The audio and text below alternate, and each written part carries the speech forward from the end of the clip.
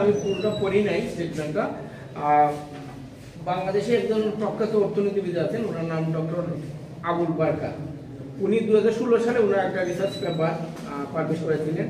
ওই রিসার্চ পেপারে উনি দেখে দিয়েছিলেন যে বাংলাদেশে 30 বছরের মধ্যে বাংলাদেশে হিন্দু জনসংখ্যা 0। এর মধ্যে অলরেডি কত 8 বছর গণ। তার মানে উনি বলছেন যে বাই 46 হিন্দু জনসংখ্যা 0। বাট বর্তমান প্রেক্ষিতে যদি হিন্দুরা স্ট্যান্ড আপ না করে, যদি তারা প্রতিরোধ করে না করবে, এটা 2035 সালের মধ্যে 0 হওয়ার সম্ভাবনা আছে। এবং এইবার ভারত সরকার যদি তার বর্ডার বন্ধ না করতো, এইবারই কিন্তু মানে এক্সিস্টিং 7% এর 1-2% কিন্তু ভারতে ঢুকে দেবে। তো এটা হয়তো ভারত সরকারের স্ট্র্যাটেজিক্যালি বাংলাদেশি সম্পর্কদের জন্য একটা ভালো কাজ করেছে, কারণ ওনারা বর্ডার বন্ধ করেছে। ওনাদের বর্ডার বন্ধ করার কারণেই কিন্তু মানুষ বলে না দেয়ালে ফিসটাকে কিন্তু মানুষ দাঁড়ায়। যখন বাংলাদেশের হিন্দু বৌদ্ধ খ্রিস্টান যারা আছে বা এই উপজাতি, তারা যখন দেখবেন যে তাদের জায়গা আমার জায়গা নেই, তখন তাদের কি করতো, তাহলে মরি, ফাইট করি। তো এইটা সত্যিটা বিষয়। যদি এই বর্ডার বন্ধই থাকে, এটা কিন্তু মানে এই যে এখন যে রেজিস্টার আছে এটা কিন্তু কন্টিনিউ বাড়তে থাকবে, কারণ তারা জানে তাদের জায়গা নেই। তাহলে ওকে, যেহেতু আমার জায়গা নেই, ফাইট করি। ইটস এ গুড স্ট্র্যাটেজি ভারতের তরফ থেকে আমরা বলবো।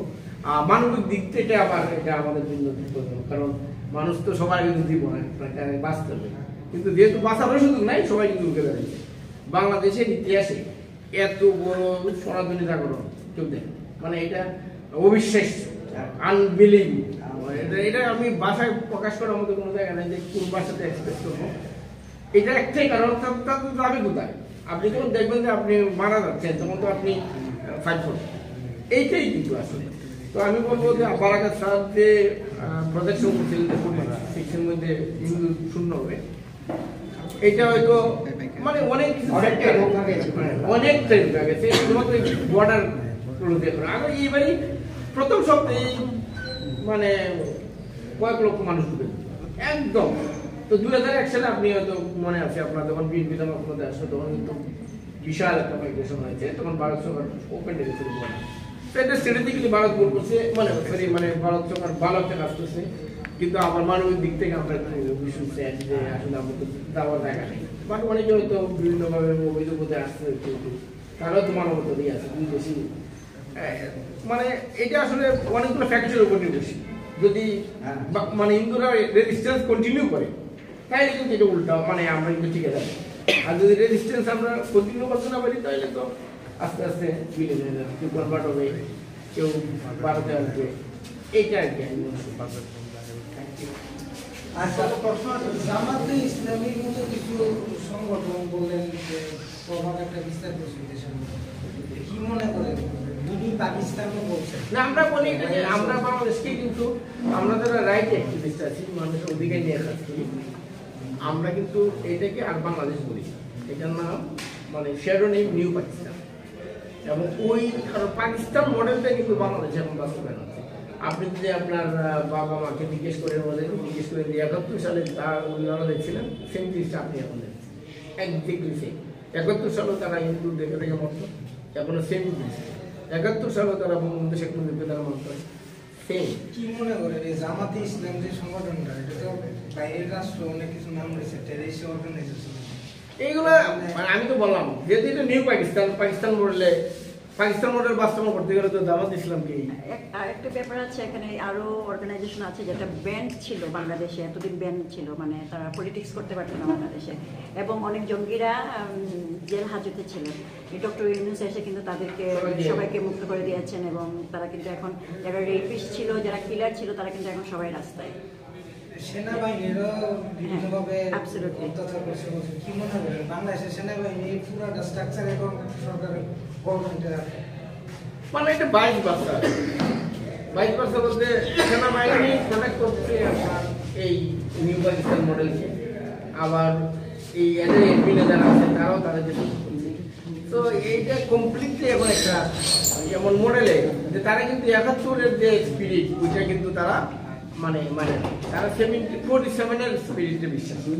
এবং আপনি দেখছেন যে যারা উপদেষ্টা আছে তারা কিন্তু এই জিন্না টুকু করে তারা কিন্তু পাবলিকের কল দিচ্ছে যে আমরা এখন জিন্না টুকু করি, ঠিক আছে। তারা জিন্নাকে তাদের পিতা মেনে আগাইতে চায় এবং বন্ধুকে কিন্তু তাদের কমপ্লিটলি তাদের যে স্পিরিট 47 স্পিরিট যে ধর্মের ভিত্তিতে দেশ পাগল ছিল এবং তারাও চায় যে বর্তমানে যারা হিন্দু বৌদ্ধ খ্রিস্টান আছে তারা বাংলাদেশ থাকবে না, কারণ 47-এর চেতনাতে তো ওই জিনিসটা নাই। তো আমাদেরও দাবি ঠিক আছে, তাহলে আমাদের যে 5,000 স্কোয়ার মাইল তোমরা দখল করছো এগুলো আমাদের জন্য দিয়ে দাও, আমরা আমাদের মতো থাকি। ওইটা প্রেক্ষিতে কিন্তু আমাদের দাবিগুলো আসছে। প্রকাশ্যে স্লোগান দিচ্ছে কিন্তু একটা একটা হিন্দু ধরে ধরে জবাই কর, এগুলো কিন্তু প্রকাশ্যে মিডিয়াতে, যেহেতু তারা 47-এর স্পিরিটে বিশ্বাসী, ওই স্পিরিটটাই তো ধর্মের ভিত্তিতে দেশ পাক। তো ওই ধর্মের ভিত্তিতে দেশ বা বাংলাদেশ তো আপনার নন হিন্দুদের দেশ, তো তারা কি মনে করেন যে ওইখানে যেহেতু সরকারের প্রধান উপদেষ্টা যারা আছে তারাই সরাসরি বলছে যে ভারতের মিডিয়ারা সংবাদ মাধ্যমরা ভুল প্রকাশ করছে, আপনি কি মনে করেন যে দেখেন এইটা আমি একটা জিনিস বলি, এখন পর্যন্ত আমরা যদি ক্যাম্পেইন গ্রুপ আজ পর্যন্ত আমাদের মাধ্যমে প্রচারিত বা আপনারা যে মানে এটা যারা পত্রিকা চালায় সবাই, আমি কিন্তু নিজেও আমার একটা পত্রিকা আছে লোকাল অভিজ্ঞতা জানায়, আমার পত্রিকার নাম আমার অভিজ্ঞতা, আপনারা হয়তো অনেকে নাম শুনছেন। তো সাংবাদিকতায় 5% এরর কিন্তু অ্যাকসেপ্ট, তারাই কি করে ওই 5% এরর কি পিক আপ করে দিয়ে ওই 95% যে অরিজিনাল নিউজ ওইগুলোকে তারা ডিফিম করে যে দেখো কোনো ভুল নিউজ দিচ্ছে, হয়তো ভারতের কোনো একটা পত্রিকা হয়তো একটা ভুল করছে, এটা কিন্তু ওই যে 5% এরর সাংবাদিকতায় দাদা সাংবাদিকতায় 5% এরর সব জায়গায় পৃথিবীর এখানে আরেকটা বিষয় আছে, বিষয়টা হচ্ছে যেহেতু বাংলাদেশে কোনো মিডিয়া আসলে আপনারা আসলে সবই জানেন, আপনাদেরকে নতুন করে বলার কিছু নাই, কারণ এই ত্রিপুরা থেকেই সবচেয়ে বেশি প্রচার সহযোগিতা সাপোর্ট আমরা পাচ্ছি। বিশেষ করে আমরা যারা সংখ্যালঘু আছি, আদিবাসী আছি, আমরা যারা বিভিন্ন নিজ জনগোষ্ঠী আছি, সবাই আমরা ত্রিপুরা থেকেই সাপোর্টটা পাচ্ছি। তো এই প্রেক্ষিতে আমরা ইউনাইটেড নেশনে এবং আমরা দিল্লিতে কলকাতাতে 5টা দাবি আমরা করেছি, আমি দাবিগুলো একটু পরে শোনাবো। আমাদের প্রধান দাবিগুলো হলো নাম্বার 1, হিন্দু, অন্যান্য ধর্মীয় সংখ্যালঘু, আদিবাসী ও উপজাতি জনগোষ্ঠীকে সুরক্ষা দিতে জাতিসংঘের শান্তিরক্ষী বাহিনী মোতায়েন। আমরা বিশ্ববাসীকে জানাচ্ছি, আপনাদের মাধ্যমে জানাতে চাই যে এই হিন্দু, ধর্মীয় সংখ্যালঘু এবং আদিবাসী উপজাতি জনগোষ্ঠীকে সুরক্ষা দিতে জাতিসংঘের শান্তিরক্ষী বাহিনী প্রেরণ করতে হবে ভারতে। এটা আমাদের একটা দাবি। দ্বিতীয় দাবি, আমাদের সংখ্যালঘুদের নিরাপত্তা নিশ্চিত করতে হিন্দু অধ্যুষিত অঞ্চলে সুরক্ষিত অর্থাৎ প্রোটেক্টিভ জোন প্রতিষ্ঠা করতে হবে। 3 নম্বরে 1947 সালের দেশব্যাপী অসমাপ্ত জনসংখ্যা ভূমিসহ বিনিময় সম্পন্ন করে বাস্তুচ্যুত সংখ্যালঘুদের জন্য নিরাপদ পুনর্বাসনের ব্যবস্থা করতে হবে।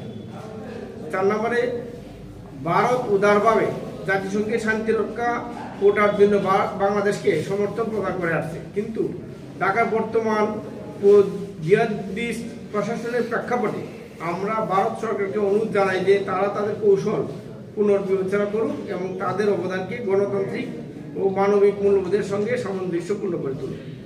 পরিশেষে আমাদের 5 নম্বর দাবি, জাতিসংঘ শান্তিরক্ষা মিশনের সশস্ত্র বাহিনী যারা দেয় সেই দেশগুলোকে নিশ্চিত করতে হবে যে তাদের সেনারা জাতিসংঘের শূন্য সহনশীলতা নীতির প্রতি অনুগত। আমরা ভারত সরকারকে অনুরোধ জানাই যে তারা জাতিসংঘ এবং অন্যান্য সদস্য দেশগুলোর প্রতি আহ্বান জানান বর্তমান অবৈধ ও শত্রু ভাবাপন্ন বাংলাদেশ প্রশাসনের বিরুদ্ধে নিষেধাজ্ঞা আরোপ করতে, কারণ তারা ধর্মীয় সংখ্যালঘু, আদিবাসী ও উপজাতি জনগোষ্ঠীর মানবাধিকার ও মর্যাদা রক্ষা করতে ব্যর্থ হয়েছে।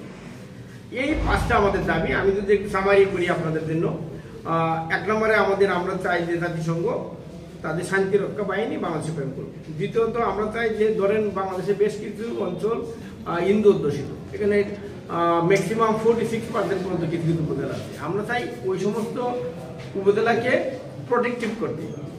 আর তারপরে আছে আমাদের ধরেন 1971 থেকে আজ পর্যন্ত প্রায় 5,000 স্কোয়ার মাইল মানে 5,000 বর্গ কিলোমিটার জায়গা অলরেডি মানে তারা গ্র্যাব করছে।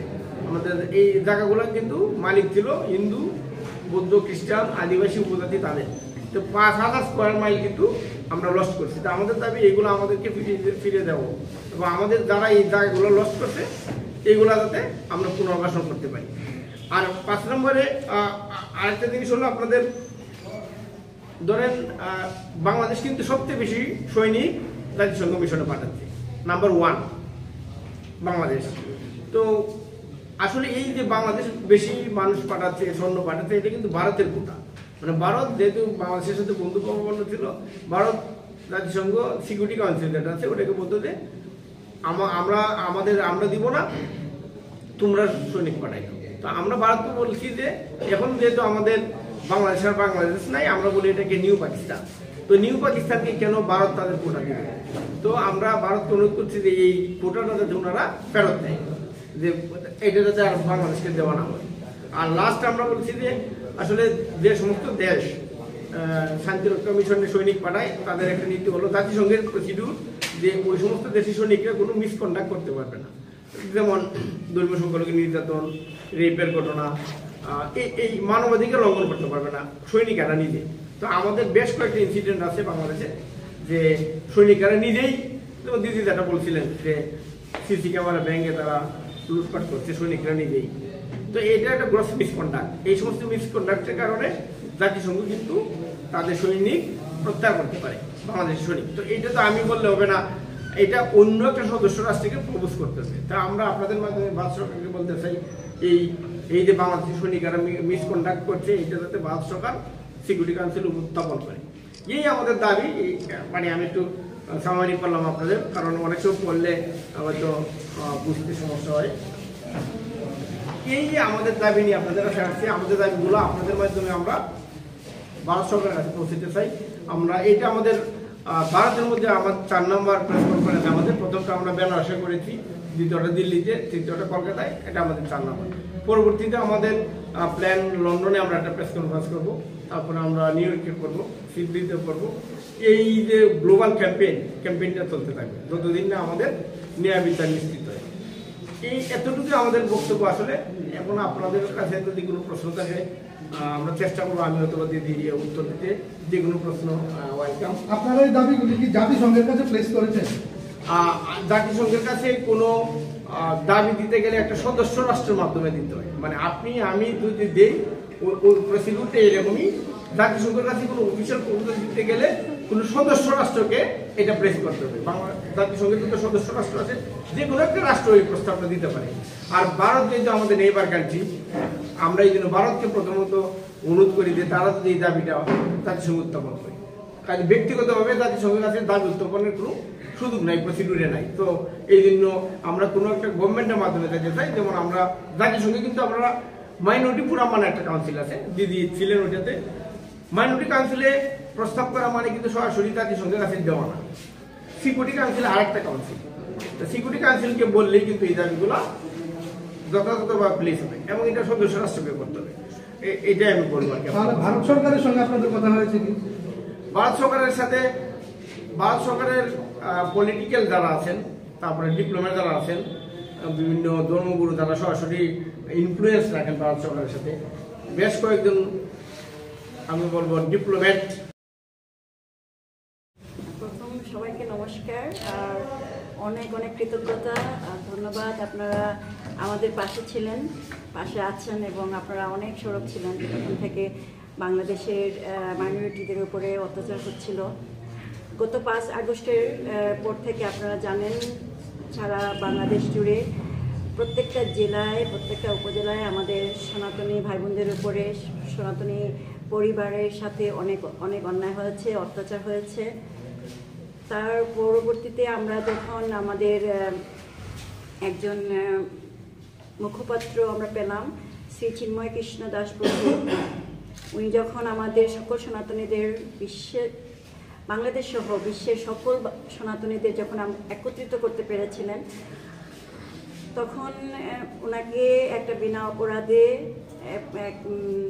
রাষ্ট্রদ্রোহী মামলাতে ওনাকে জেলে নিয়ে যাওয়া হয়, আটক করে রাখা হয়। আমরা 2বার ওনার জামিনের চেষ্টা করেছি, ওনাকে জামিন দেওয়া হয়নি। গতকালকে ওনাকে জামিন দেওয়ার কথা ছিল, মানে আমাদের থেকে 11 জন ঢাকা থেকে অনেক যারা বিজ্ঞ যারা আইনজীবী ছিলেন তারা চিটাগংয়ে গেছেন, কিন্তু ওনাকে জামিন দেওয়া হয়নি। তাছাড়া ওনারা বাংলাদেশে আমাদেরকে প্রতিনিয়ত বাংলাদেশের হিন্দুদেরকে ইন্ডিয়ার দালাল বলে গালি দিচ্ছেন এবং ইন্ডিয়ার পতাকাকে আপনারা দেখেছেন, ইন্ডিয়ার পতাকাকে অসম্মান করছেন। বাচ্চাদের স্কুলে লিফলেট দিয়ে মানে জোরপূর্বক শিক্ষকদেরকে দিয়ে জোর করে ওনারা স্কুলের প্রবেশ পথে ভারতের পতাকা এঁকেছেন যাতে বাচ্চারা সেই পতাকাতে পা দিয়ে এগিয়ে যায়। যদিও আমরা জানি আপনাদের ত্রিপুরাতে এরকম আমাদের বাংলাদেশের পতাকা অবমাননা হয়েছিল এবং সেটার জন্য 4 জনের চাকরি থেকেও ওনারা বরখাস্ত পেয়েছেন, সরি বলেছেন। কিন্তু আমরা বাংলাদেশে সম্পূর্ণ অন্য জিনিসটা দেখতে পাই এবং আমাদের যারা হিন্দুরা বাংলাদেশে আছেন তাদেরকে প্রত্যেক দিন, শুধু এটা নতুন না, সবসময় হিন্দুদের ইন্ডিয়ার দালাল বলে গালি দেওয়া হয় এবং পরিষ্কার করে ওনারা আমাদেরকে বলছেন, বাংলাদেশের হিন্দুরা যারা আছেন তাদেরকে বলা হচ্ছে তোমরা ভারতে যাও, তোমরা ভারতের দালাল, তোমরা এই দেশ তোমাদের নয়। বর্তমানে যে এবং ওনার যে সহযোগীরা রয়েছেন তারা অবৈধভাবে বাংলাদেশ দখল করে আছেন, তাদের সাথে যুক্ত হয়েছেন জামাতে ইসলামী, হিজবুত তাহরির নামের যে জঙ্গিবাদী সংগঠনগুলো বাংলাদেশে রয়েছে তারা যুক্ত হয়েছেন এবং বাংলাদেশের শুধু, আমি বলবো না বাংলাদেশের শুধু সনাতনীরা খুব বিপদে আছেন, সেই সাথে আছেন যারা আমাদের বাংলাদেশের মুক্তিযোদ্ধারা, বাংলাদেশের শিক্ষকরা, বাংলাদেশের যারা হিন্দুদের পক্ষে কথা বলছেন। তাছাড়া আপনারা শুনে থাকবেন বাংলাদেশের যারা আমাদের শিক্ষকরা যারা ইউনিভার্সিটিতে শিক্ষকতায় ছিলেন তাদেরকে জোরপূর্বক তাদেরকে বহিষ্কার করা হয়েছে, তাদেরকে পদত্যাগ করতে বাধ্য করা হয়েছে। সেই সাথে অনেক পুলিশ অফিসারকে ট্রেনিং দিয়ে নিয়োগের আগের দিন তাদেরকে সেখান থেকে পদত্যাগ করানো হয়েছে। তাছাড়া বিসিএস ক্যাডারে আপনারা নিশ্চয়ই জেনে থাকবেন, সেটা সরকারি চাকরি, একটা প্রসেসের মাধ্যমে অনেকে নিয়োগপ্রাপ্ত ছিলেন, তাদের নাম প্রকাশ করা হয়, কিন্তু গত 2 দিন আগে তাদেরকে আবার সেই পদ থেকে এবং তাদেরকে চাকরি থেকে অব্যাহতি দেওয়া হয়। মানে তারা গ্যাজেটের যে নামটা প্রকাশ হয়েছিল সেখান থেকে 166 জন হিন্দুদেরকে ওখান থেকে বহিষ্কার করা হয়, তাদের নাম পরিষ্কার করা হয়। এরকম মানসিক অত্যাচার চলছে বাংলাদেশের সকল সনাতনীদের উপরে। আমার ছোট একটা ভাই পান্ত তালুকদার, তাকে শুধুমাত্র সে ফেসবুকে লেখার কারণে তাকে বাড়ি থেকে তুলে নেওয়া হয় এবং তাকে আমরা পরবর্তীতে চিটাগং হসপিটালে তাকে আহত অবস্থায় আমরা ফিরে পাই। ঠাকুরের কাছে আমাদের অনেক কৃতজ্ঞতা যে আমরা ঠাকুর ওকে সুস্থ রেখেছেন বা ওকে বাঁচিয়ে রেখেছেন। তো এরকম আপনারা নিশ্চয়ই জানবেন এবং আপনারা আমাদের মিডিয়া কভার করছেন, অনেক কৃতজ্ঞতা। যেহেতু বাংলাদেশে আমাদের হিন্দুদের কথা কোনো মিডিয়া বলছে না, সত্য কথা কেউ তুলে ধরছে না, আমরা কিছু বললে এটা বলা হচ্ছে আমরা মিথ্যা কথা বলছি। তাছাড়া ডক্টর ইউনূস উনি বলছেন এগুলা ইন্ডিয়ার প্রপাগান্ডা। তো প্রশাসন আমাদেরকে সাহায্য করছে না, আর্মি সিসি ক্যামেরা ভেঙে দিয়ে আমাদের চিটাগংয়ে অনেক পরিবারের মানে আক্রমণ করেছিল, আক্রমণ করার আগে সিসি ক্যামেরাগুলোকে ভেঙে দিয়েছিল। তো প্রশাসনও কোনো সাহায্য সহযোগিতা করছে না, তাদের পাশে থাকছে না। আমাদের কোর্টে আমরা আমাদের চিন্ময় কৃষ্ণ প্রভুকে আমরা মুক্ত করতে পারিনি জামিনে। তাছাড়া আমাদের আরও 78 জন যারা আইনজীবী রয়েছেন তাদের নামে মিথ্যা মামলা হয়েছে। তাছাড়াও আমাদের সারা বাংলাদেশে যারা আমাদের এই যুদ্ধে আছেন, যারা বাংলাদেশের হিন্দুদের অধিকার আন্দোলনের সাথে কাজ করছেন, তাদের বয়স হচ্ছে 16, 17, 18 এরকম বয়সের যারা আমাদের ভাইরা রয়েছেন বাংলাদেশে, তাদের উপরে মিথ্যা মামলা, প্রতিনিয়ত মিথ্যা মামলা দেওয়া হচ্ছে, তাদেরকে হুমকি দেওয়া হচ্ছে যদি ফেসবুক লেখা বন্ধ না করো তোমাদেরকে আমরা মামলা দিব। এবং মামলার নামে তাদের কাছে পয়সা চাওয়া হচ্ছে, যদি তোমরা আমাদেরকে এত টাকা না দাও তাহলে তোমাদেরকে মামলা দেওয়া হবে, বা বলা হচ্ছে তোমাদের নামে মামলা দেওয়া হয়েছে, যদি আমাদেরকে এত টাকা দাও তাহলে মামলা তুলে নেওয়া হবে।